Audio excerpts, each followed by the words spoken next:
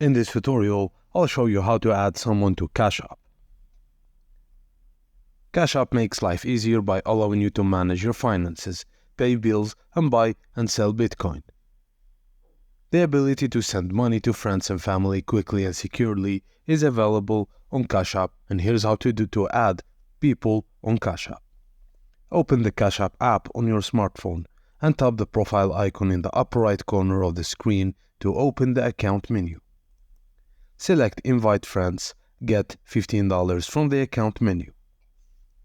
In the new window, you can either select contacts from your phone's contact list or type in the email or phone number of the recipient you want to invite. If some of your contacts are already using Cash App, you'll see a green sign that says Uses Cash App.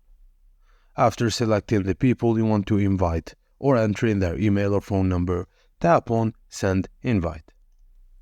The recipient will receive an SMS message or an email inviting them to use the Cash App application.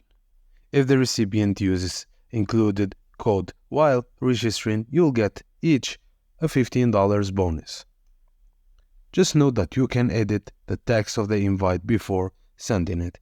And that's it, guys. Thank you for watching, and please don't forget to like and subscribe for more.